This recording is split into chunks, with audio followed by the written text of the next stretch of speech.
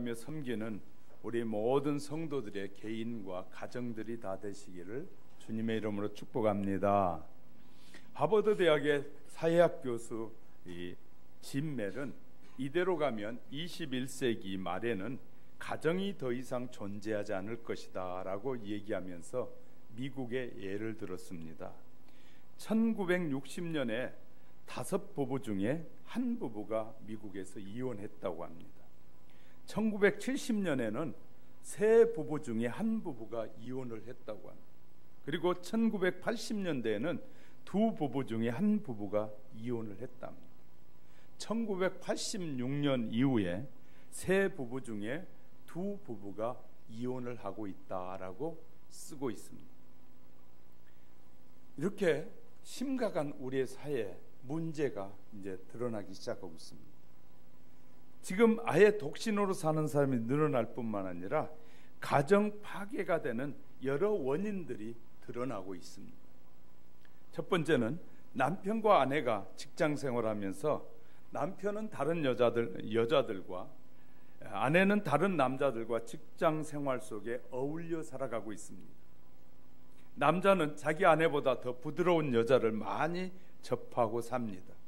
아내는 자기 남편의 단점을 보완해 줄 수 있는 장점을 가진 남자들을 주위에서 많이 접하며 삽니다. 늘 비교하게 된다는 거죠. 사실은 살아보면 아무것도 아닌데 더 좋아 보이는 상대방을 접하고 있다는 것입니다. 남의 떡이 더 커 보인다고 멀리 있는 잔디가 더 푸르게 보인 것처럼 멀리 있으니까 진짜 가까이 있는 것이 안 보여서 잘못된 삶으로 이어져가는 원인이 된다. 두 번째는 부부 사이를 가로막는 것들이 너무 많이 늘어났다는 것입니다. 옛날에 낮에서 밖에서 일하고 집에 돌아오면 대화할 시간이 많았는데 지금은 현대인들에게 집에 돌아오면 가장 먼저 트는 것이 텔레비전이고 그 다음에 신문이고 오락, 다양한 잡지와 컴퓨터 게임에 빠져서 대화할 시간을 잃어가고 있기 때문에 원인이 된다. 세 번째, 희로애락의 가정관계가 파괴되면서 이혼의 원인이 되더라. 옛날에 아이를 낳을 때도 집에서 낳았습니다. 어른이 병이 들어도 집에서 보살피다가 세상을 떠났습니다. 그러나 지금은 아이도 병원에서 다 낳지요. 또 아픈 환자는 어디로 갑니까? 전부 다 이 병원으로 갑니다. 그래서 이제는 집에서 이 희로애락, 아프고 즐거운 일들을 집에서 경험할 필요가 없게 된 것이죠. 노인들이 양로원에 가니까 그냥 이 모든 것이 한 집에 살아도 이 방에 들어가고 저 방에 들어가고 있으면 한 집에 살지만 남남으로 살아가는 것이 오늘날의 모습이다. 그래서 이혼이 늘어나고 있다. 네 번째는 피임약의 이 발명이 가정을 더 크게 파괴하고 있다. 피임약의 발명은 남자나 여자 모두에게 외도를 이어지게 하는데 정족관념이 점점 사라지고 있다는 거예요.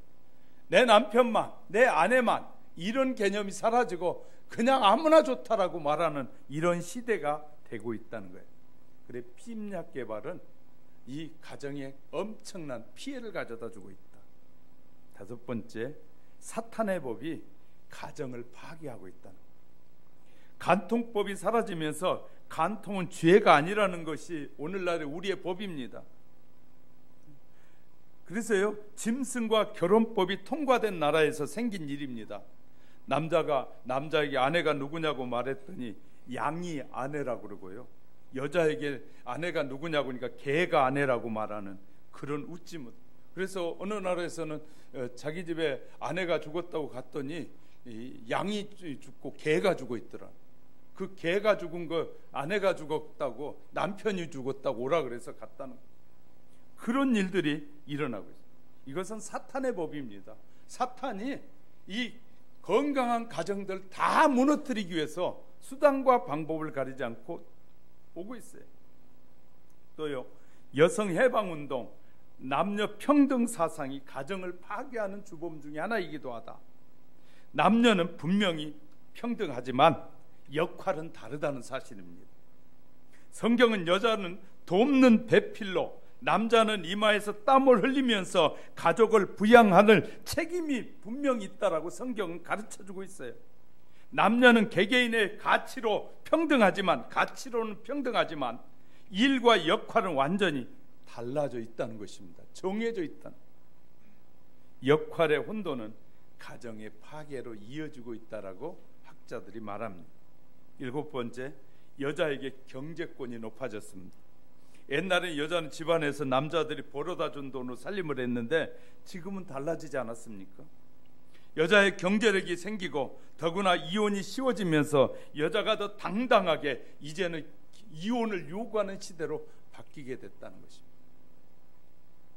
그래서 미국의 어떤 여자는 이혼을 5번 했는데 첫 번째 남자에게서는 이혼의 보상료로 매달 40만 원, 두 번째 남자에게는 50만 원, 세 번째 남자에게는 60만 원, 네 번째 남자에게는 70만 원, 다섯 번째 남자에게는 80만 원 위자료를 받는데 매달 300만 원씩 통장에 들어온다고 하면서 즐거워하더라고요.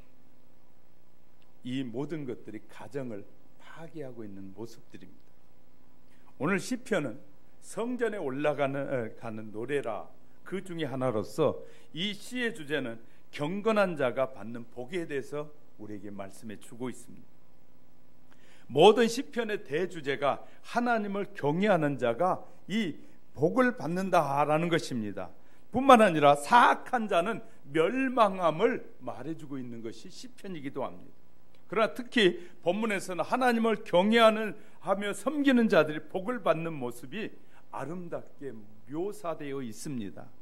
성경적인 바른 의미에서 경건한 자란 1절에서 여호와를 경외하며 그 도를 행하는 자가 바로 뭐라고요?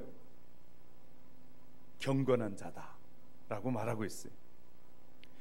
시편 전체의 서론이라고 할 수 있는 1편에서 복 있는 사람을 분명히 논하면서 말씀하시기를 1장 2절에 보면 오직 여호와의 율법을 즐거워하며 그 율법을 주야로 묵상하는 자가 복 있는 자다라고 말씀해 주고 있습니다. 그와 마찬가지로 하나님께서 성경을 통하여 모든 인간들에게 하시는 약속은 여호와를 경외하여 그의 도를 행하는 자들에게 복을 주시겠다고 하시는 약속입니다. 그러니까 아무렇게나 살면 어느 날 가서는 내게 축복이 오지 않습니다. 우리는요 매일매일 경건하게 살려고 노력하는 이유가 무엇 때문이냐면 그 경건한 삶을 통해서 하나님이 우리에게 복을 주시기 때문에. 그래서 적당하게 신앙생활하고 자기 마음대로 신앙생활 해보세요. 가면 갈수록 비참한 꼴을 당할 수밖에 없는 것입니다. 성경이 그렇게 약속하고 있어요. 그래서 하늘의 영원한 복을 사모하는 그 백성이 되려면 여호와 하나님을 예배하기 위하여 늘 이 경건한 마음으로 성전에 올라와야 된다는 것, 성전에 나와야 된다는 것입니다. 이런 삶을 살아야 된다고 우리에게 오늘 본문이 말씀해 주고 있는 것입니다. 여호와 하나님께서 이 땅에 제일 먼저 만드신 것이 그 기관 중에 하나가 교회도 아니고 국가도 아니고 학교도 아니고 아담과 하와를 통해서 기초가 되는 가정을 만드신 것입니다. 창조주 하나님께서 제일 먼저 만드신 것은 그만큼 귀중한 기관이에요. 가치가 있는 기관이라는 것입니다. 그런데 하나님께서 만드신 가정이 파괴되고 있으니 이제 심판이 곧 다가올 수밖에 없는 상황인 것이죠. 그러므로 예수 그리스도를 믿음으로 말미암아 하나님의 자녀된 우리는 성전에 올라오는 것, 하나님의 전에 나오는 것이 즐거워야 되고 하나님의 전에 나와서 하나님 앞에 마음을 다하고 뜻을 다하고 성품을 다하여 하나님을 섬기는 것이 저와 여러분의 기쁨이 되어야 돼요. 이런 자가 복을 받게 된다고 우리에게 말씀해 주고 있습니다. 이런 경건한 자, 어떤 경건한 자에게 복을 주시는지를 살펴가는 사이에 하나님께서 저와 여러분에게 더 큰 은혜의 길로 인도해 주시기를 주님의 이름으로 축복합니다. 첫 번째는요, 성전에 올라가면 개인에게 복이 임하는 것입니다. 2절에 보면 내가 내 손에 수고한 대로 먹을 것이라 내가 복되고 형통하리로다. 여호와의 말씀, 자, 여호와를 경외하며 그 길을 걷는 자마다 복이 있다라고 하면서 그 복이 어떤 복으로 이어지냐면 내가 내 손이 수고한 대로 먹을 것이라, 내가 복되고 형통하리라.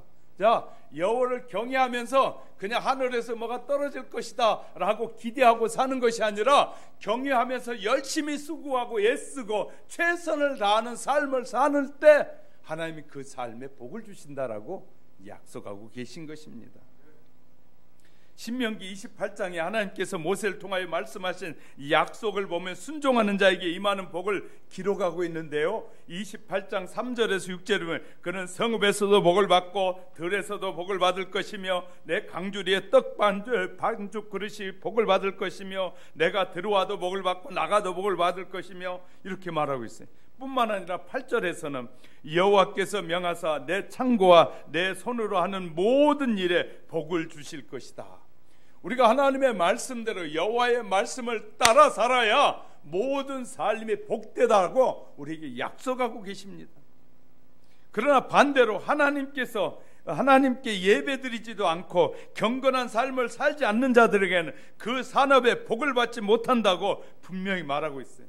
그래서 신명기 28장 38절 39절에 많은 종자들을 심을지라도 메뚜기가 먹음으로 거둘 것이 적을 것이며 내가 포도문을 심고 다스릴지라도 메뚜기가 먹으면 포도를 따지 못하고 포도주를 마시지 못할 것이며 내가 포도나무를 심어서 좋은 포도주를 먹으려고 애썼는데 하나님을 경외하지 않으니까 하나님께서 메뚜라기를 보내서 이 메뚜기를 보내서 모든 것이 열매가 맺지 못하도록 하신다는 거예요. 여호와를 경외하는 것이 저와 여러분에게 얼마나 중요한 일인지를 우리에게 말씀하고 있는 것입니다. 하나님을 경건하게 예배하지 않는 자는 결국에 그 사업도 실패가 가져오게 될 것이고 결국은 영원한 심판의 자리에 들어가게 됨을 말씀하고 있는 것입니다. 벨기에 극작가 마테르 링크가 쓴 동화극 제목이 파랑새라는 책이 있습니다.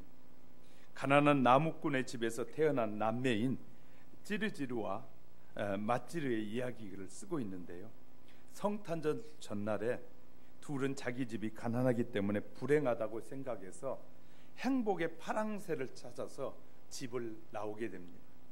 그들은 먼저 하늘나라에 찾아가서 죽은 사람들 만나보았는데 그곳에도 희망의 행복의 파랑새가 없었어요. 그래서 행복하다는 궁전에 들어가 봤더니 파랑새는 보이지 않고 궁전 안에는 향락과 허무한 것들로 가득해서 파랑새가 없었어요. 그래서 권력자의 집에 가보았더니 그곳에는 파랑새도 찾을 수 없었어요. 이제는 인생을 성공했다고 자랑하는 사람의 집에 가보았지만 그곳에도 행복의 파랑새가 없었어요. 지친 남매는 집으로 힘없이 돌아와 보니 깜짝 놀랄 일이 있었습니다. 그토록 찾아 헤매던 행복의 파랑새는 자기 집 처마 밑에 와 울고 있었던 것입니다. 자기 집에 자신에게 가장 필요한 파랑새가 있다는 것을 깨닫게 하는 내용입니다. 우리의 가정은 행복한 가정이 되어야 한다는 말이기도 합니다. 미국의 버지니아주의 존 영이라는 흑인 농부 가정의 이야기입니다. 그는 흑인이 보통 그런 것처럼 평생 종으로 살았습니다. 공부를 하지 못해서 무식한 사람이었지만 자녀를 낳는데 14명의 자녀를 낳고 그들을 철저하게 신앙생활을 시켰습니다. 문제가 생길 때마다 온 가족이 모여서 14명의 자녀와 부모가 16명이 모여서 하나님 우리를 도와주시고 지켜주십시오라고 기도했어요. 그 가정에 가훈이 있는데 그 가정의 가훈은 이 집의 뿌리는 하나님이시다. 14명의 자녀가 모두 대학을 졸업하고 코넬 대학 교수도 나왔고 교사, 간호사, 음악가 등 14명이 모두 사회에 꼭 필요한 사람이 되었다고 쓰고 있어요. 일본의 우찌무라 간조가 이런 말을 했어요. 가정에 필요한 것은 재산이 아니라 또 소위 이 세상의 희락이 아니라 가정에 필요한 것은 작은 제단이다. 그 위에 매일 기도의 제물이 드려짐으로 거룩하고 아름다운 가정이 되어지는 것이다.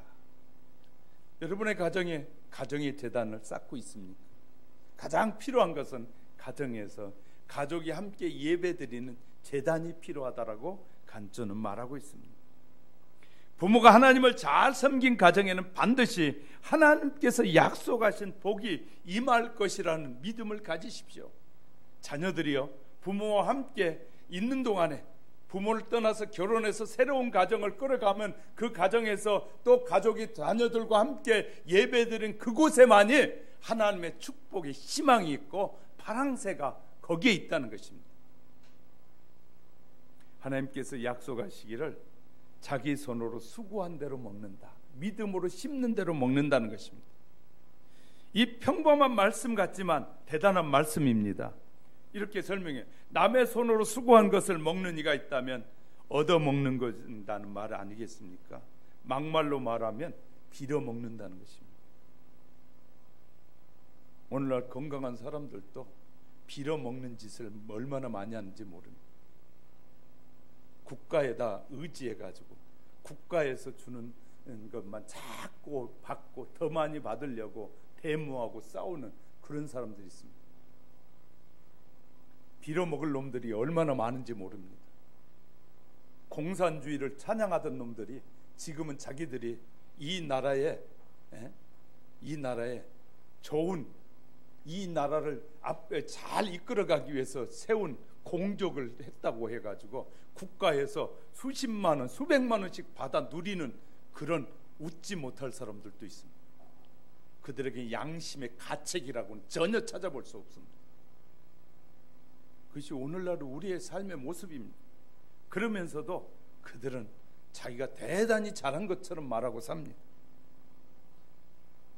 놀면서 남이 주는 것을 먹으면 그것이 복된 인생이 아니라고 성경은 말합니다. 열심히 일하라는 거예요. 수고하라는 것입니다. 어쩔 수 없는 상황이 아닌 이상 수고하라는 거예요. 열심히 뛰어다니라는 거예요.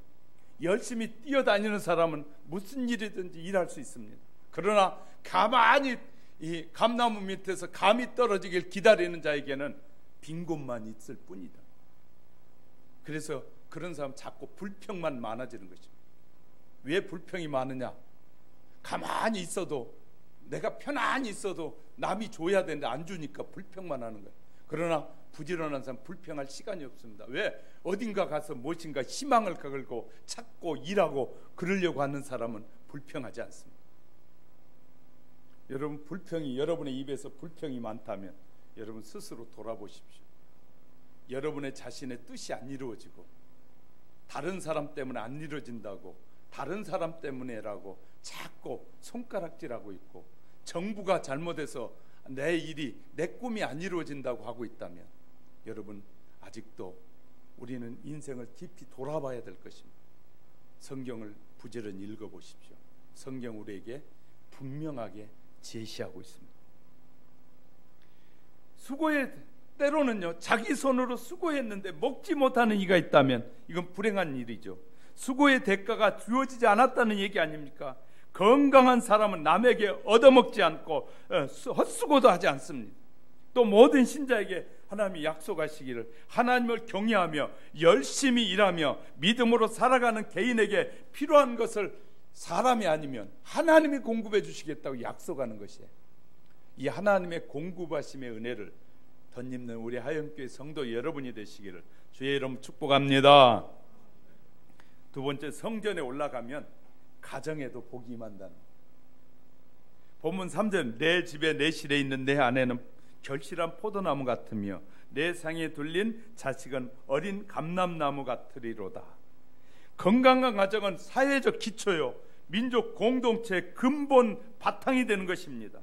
그래서 종교적 삶의 근본도 모두가 가정을 중요시합니다. 그래서 일반 종교에서도 가정을 매우 중요합니다. 우리 기독교만 중요한 것이 아니라 모든 종교에서는 가정을 소중하게 여깁니다. 가정을 파괴하는 것은 잘못된 종교입니다. 성경의 전통을 따라서 가정에 내리는 하나님의 복이 매우 중요하다는 사실을 깨달아야 합니다. 특히 이스라엘의 여호와를 섬기는 신앙을 전승하는 것은 가정을 통해서 전수됐어요. 이스라엘 사람들은요, 교회를 통해서 축복이 전수된 것이 아니라 가정을 통해서 전수된 것입니다. 그것은 먼저 가정에 축복이 임하기 때문인 것이죠. 그래서 하나님을 경외하지 않는 가정은 궤도를 벗어나서 방황하는 이 천체 형성과 같이 언젠가는 그 형성이 다른 형성과 충돌하여 파멸에 이르게 된다는 것입니다. 그리고 경건하게 살고자 성전에 올라가서 예배하기를 즐거워하고 가정에 하나님을 모시고 사는 사람은 비록 그 가정이 보잘것없는 것 같을지라도 하나님께서 약속하신 뜻과 나라가 그곳에 이루어진다는 사실을 우리에게 말씀해 주고 있습니다. 성경에 나타난 이스라엘의 가정은 그 선조들의 신앙대로 가정의 모든 가족 구성원들을 통해서 유전되고 있습니다. 그래서 우린 잘 알아야 돼요. 아브라함의 경건은 이삭에게로 이어집니다. 이삭의 경건한 신앙은 야곱에게로 전수되어져 가고 있습니다. 성경의 기록을 통해서 율법은 신명기 6장 7절은 오늘날 내가 내게 명하는 이 말씀을 너는 마음에 새기고 내 자녀에게 부지런히 가르치며 집에 앉았을 때든지 길을 행할 때든지 누웠을 때든지 일어날 때든지 이 말씀을 강론할 것이라. 이 말씀대로 먼저 마음에 새기고 후손들에게 부지런히 전달하라는. 그 다음에 자녀들이 후손들이 그 말을 듣지 않고 하나님의 말씀을 듣지 않고 복을 받고 안 받고는 그 자녀들 목이라는 거예요. 그러면 부모들이 해야 할 일은 전하는 것입니다. 여러분, 저는 여러분에게 이렇게 말씀드려요. 하나님의 말씀을 가까이 해야 됩니다. 여러분 늘 기도하고 기도의 제단을 쌓아야 됩니다. 여러분 그리고 하나님 앞에 예배 드리는 것을 즐거워해야 됩니다. 하나님께서 오늘 우리에게 말씀하고 계시는 거예요. 저와 여러분이 더 이상 타락의 길을 가지 말고 하나님께로 나오라고, 하나님 앞에 부지런히 나와서 하나님의 말씀을 듣고 하나님의 말씀대로 바르게 살기를 원하시는 것이 하나님의 뜻이라는 거예요. 그러면서 너희는 자손들에게 그것을 보여주라는 것입니다. 이는 성도들의 가정이 무엇을 해야 할 것인지를 말씀해 주는 것이거든요. 그러나 이처럼 하나님의 축복을 받은 가정도 신명기 8장 11절 20절에 가보면 하나님의 축복을 받고 난 후에 여호와의 명령과 법도와 규례를 지키지 아니하고 하나님을 잊어버리게 되면 결국은요, 이 복을 많이 삶의 복을 받았어도 지속적으로 그 말씀을 지키며 살지 않으면 또 다시 한번 우리에게 뭐가 온다는 거예요? 멸망이 온다는 거예요. 우리가요, 그래서 우리는 평생에 하나님의 말씀을 따라 사는 삶을 살아야 됩니다. 누가 뭐라 그랬든. 여러분의 마음에 안 드는 부모가 있을지라도 하나님께서 마음에 들지 않는 부모를 두신 이유가 있는 것이에요. 우리는 잘 아셔야 돼요. 어느 화가가 세상에서 가장 아름다운 그림을 그리고 싶어서 화구를 짊어지고 이곳저곳을 떠다녔습니다. 그러다가 어느 날 수도사를 만났습니다. 그래서 수도사에게 물어봅니다. 세상에서 가장 아름다운 것이 무엇입니까? 수도사가 이렇게 대답합니다. 이 세상에서 가장 아름다운 것은 믿음입니다. 그렇습니까? 조금 지나다가 군인에게 질문을 해봅니다. 군인이 대답합니다. 이 세상에서 가장 아름다운 것은 평화입니다. 그래도 마음에 들지 않았어요. 이제 조금 더 가다가 신혼부부를 만났어요. 신혼부부에게 세상에서 가장 아름다운 것이 무엇이냐고 물었더니 신혼부부가 대답하기를 이 세상에서 가장 아름다운 것은 사랑이지요. 화가는 어느 것이 과연 세상에서 가장 아름다운 것인지 결정을 못 내리고 풀이 죽어 집으로 돌아왔습니다. 집 앞에 왔는데 앞치마를 두른 아내가 막 뛰어와서 여보 고생했지 하고 달려오는 그 아내를 보는 순간에 사랑이 보이기 시작했습니다. 그리고 그 아내가 정성껏 준비해가지고 이 차려놓은 그 음식을 자녀들과 함께 먹으려고 하는데 그곳에서 평화가 보였습니다. 온 가족들이 함께 이 밥을 먹고 기도하는데 그곳에 믿음이 보였습니다. 그래서 한 가정이 밥상에 둘러앉아 식사하는 장면을 그가 그리게 됩니다. 그 속에는 믿음과 사랑과 평화가 다 들어있다는 그림입니다. 가장 마음에 드는 그림이 되었다고 합니다. 가정은 하나님께서 이 땅에 만드신 가장 중요한 기관이라는 사실을 기억하고 늘 가정을 소중하게 여기는 우리 하영교회 성도 여러분이 되시기를 주의 이름으로 축복합니다. 축복합니다. 어린 왕자라는 소설을 써서 유명해진 생떼주베리에게 이런 일이 있었습니다. 그는 비행기 조종을 할 줄 알았는데 비행기를 조종하고 이 하늘을 나는데 그만 난기류를 만나서 자기가 이 비행하는 비행기가 사막에 비상 착륙을 하게 됩니다.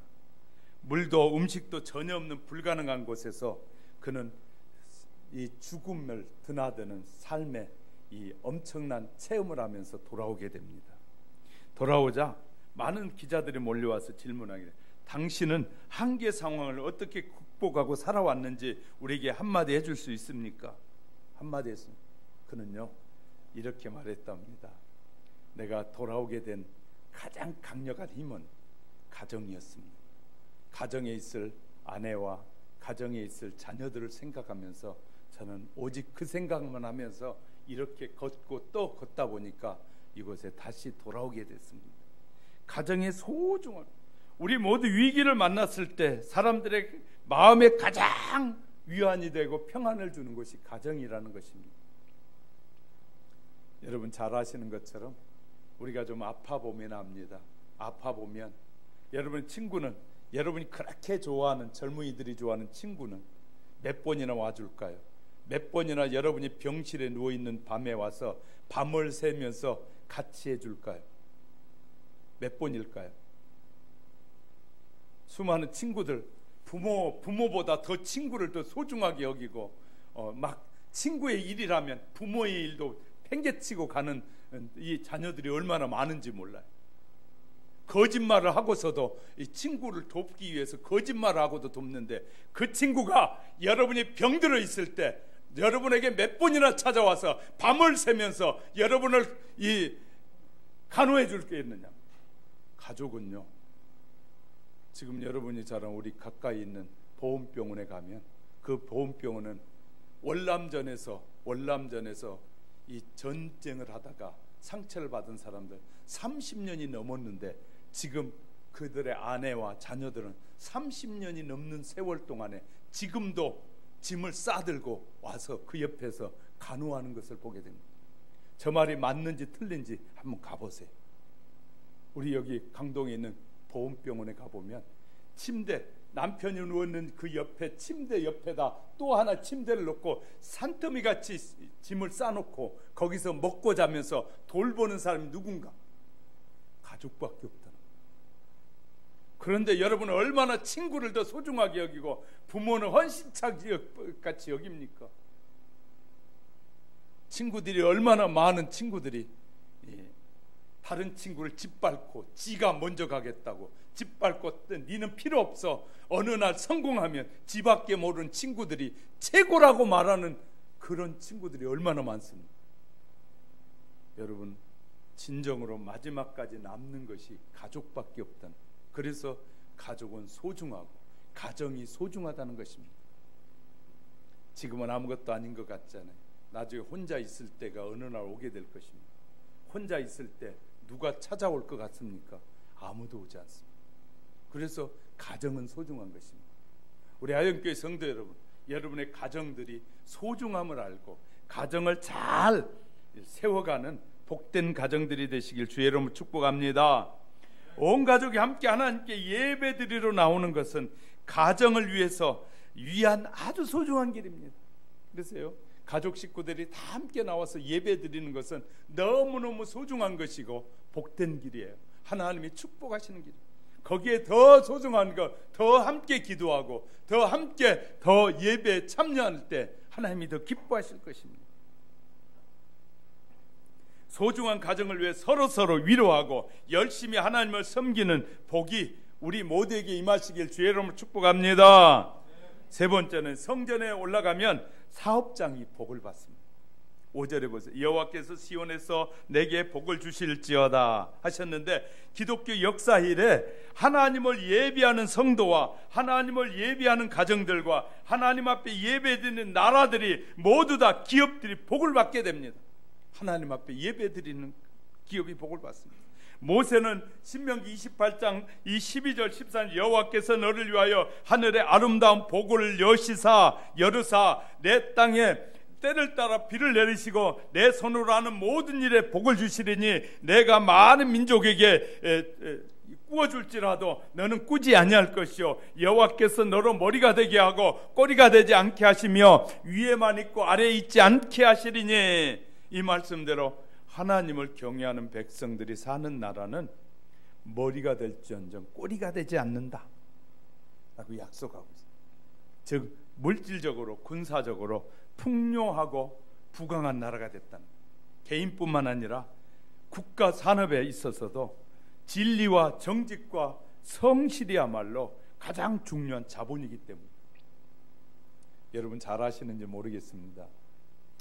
미국의 오바마 대통령이 크리스찬이라고 해서 크리스찬들이 그를 찍어줘서 8년 동안 대통령 노릇을 했잖아요. 그런데요, 많은 이 그리스도인들에게 실망을 안겨준 거예요. 왜냐하면요, 오바마가 이 동성연애법을 통과시키고 동성연애법이 세계 여러 나라에서 통과되도록 압력을 넣게, 자기 태어났던 고향 탄자니아잖아요. 그 고향에 가서도 내가 이 나라의 빚을 다 갚아줄 테니까 동성연애법을 통과하라고 대통령이 했더니, 그 나라의 대통령이 당신이 안 갚아줘도 하나님이 갚아주실 것이라고 하고 오바마의 그 법을 반대했어요. 그랬는데요, 미국이 엉망이 됐잖아요. 이번에 사람들은 트럼프를 바보 같다고 말하는데 제가 볼 때는 너무너무 훌륭한 사람. 왜냐하면요, 트럼프가 이번에 백악관에서 동성연애법을 반대에 찬성한 법을 다시 뒤바꿔버렸어요. 그리고요, 미국 사회 모든 목사님들이 자유롭게 복음을 전할 수 있는 길을 다시 열어줬어요. 누가 위대한 사람입니까?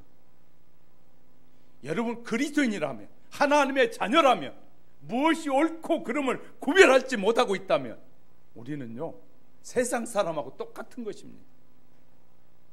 세상 사람, 그는 잘한 것은 하나님 앞에 잘한 것이 중요한 거예요. 사람들 앞에 보이기 위해서 잘하고,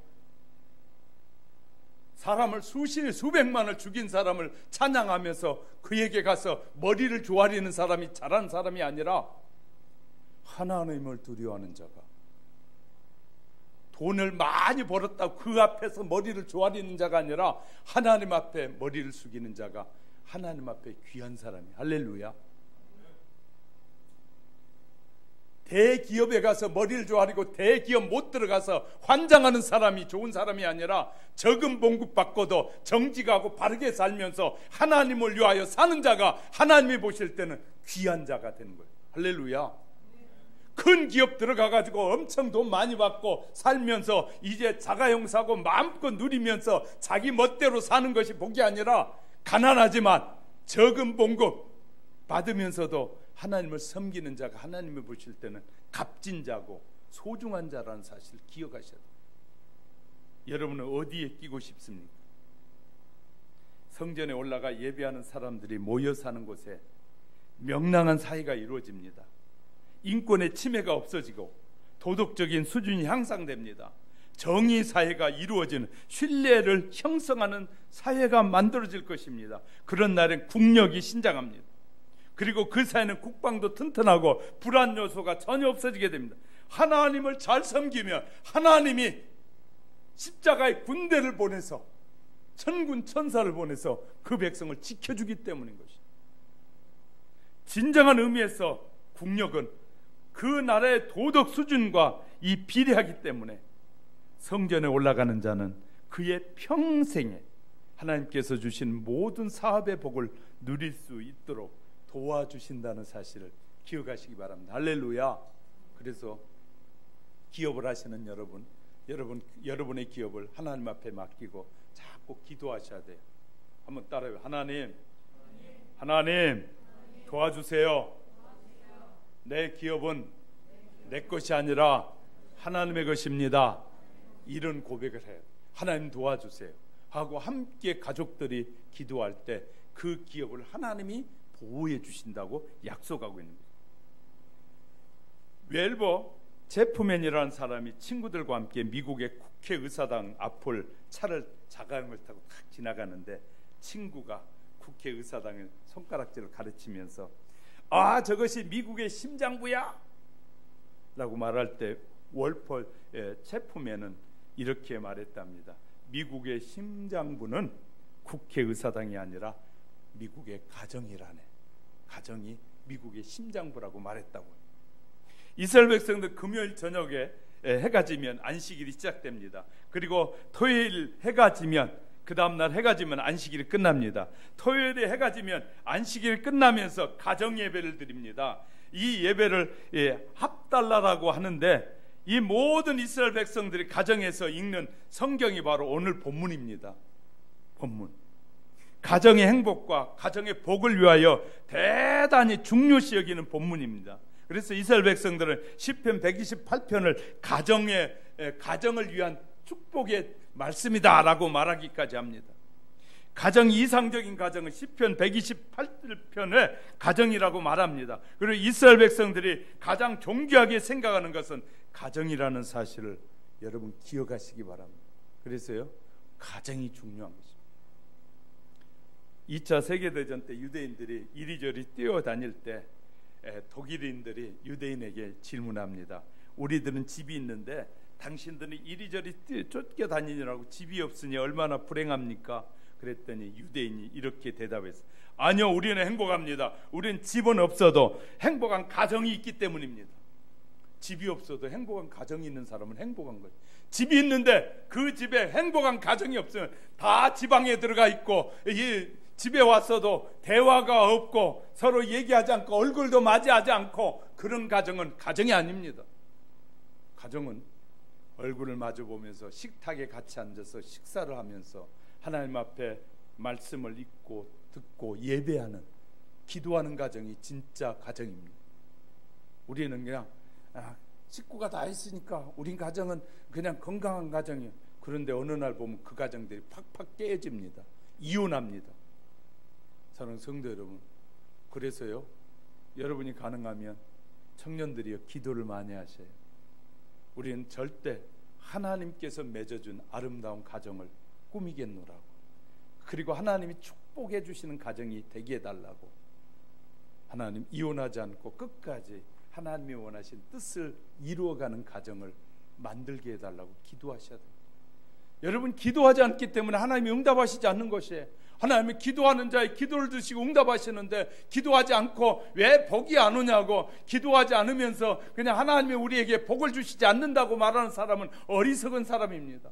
우리 하나님 앞에 우리의 입을 열어 고백해야 됩니다. 하나님, 내가 하나님의 나라를 위해서 일하고 주님의 교회를 위해서 일할 테니까 나를 축복해 주십시오. 나를 써주십시오. 아름답게 쓰여지기 원합니다. 하나님의 나를 들어 써주십시오 하고 말할 수 있어야 됩니다. 우리가 그런 말을 하지 않고 하나님 앞에 구하지 않으면서 하나님 앞에 구해서 우리에게 복을 주시지 않는다고 말하는 것은 매우 위험한 것입니다. 유대인들은 그래서 언제나 하나님의 말씀이, 약속의 말씀을 일주일에 한 번씩 암송하면서 가정의 행복을 찾아가고 있습니다. 성도들이 하는 모든 사업, 모든 하나님의 손안에 있다는 사실은, 우리가 하는 모든 기업도, 우리 안에 가정도, 우리가 교회 가는 모든 일도 하나님의 손안에 있다는 사실을 잊지 마셔야 할 것입니다.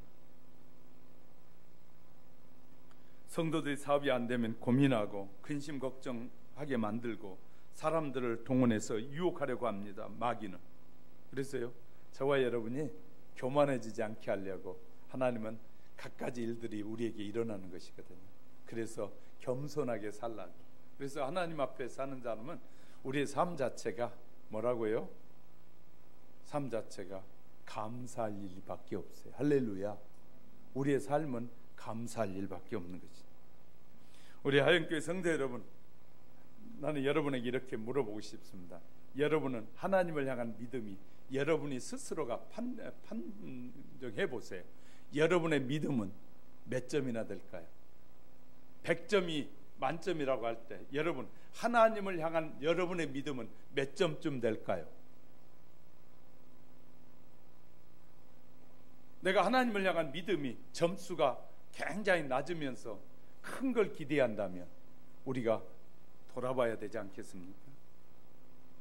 여러분의 믿음은 몇 점이나 될까요? 여러분 하나님을 의지하는 믿음은 몇 점이나 될까요? 하나님을 신뢰하는 믿음은 몇 점이나 될까요? 정말 여러분 전능하신 하나님은 신뢰하고 계십니까?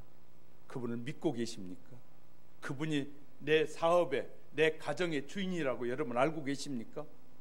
그렇다면 우리의 삶이 달라져야 할 것입니다. 말씀을 정리합니다. 본문은 가정에 주신 복을 그리고 있습니다. 어떤 가정이 복된 가정인지를 잘 알려주고 안내하고 있습니다. 성경적으로 복된 가정이란 한마디로 말하면 여호와를 경외하는 가정으로부터 시작된다는 것입니다. 개인의 복, 가정의 복, 우리의 사업의 복도 바로 이런 하나님을 경외하는 것에부터 오는 복이 진실한 진짜 복임을 우리에게 말씀해 주고 있습니다.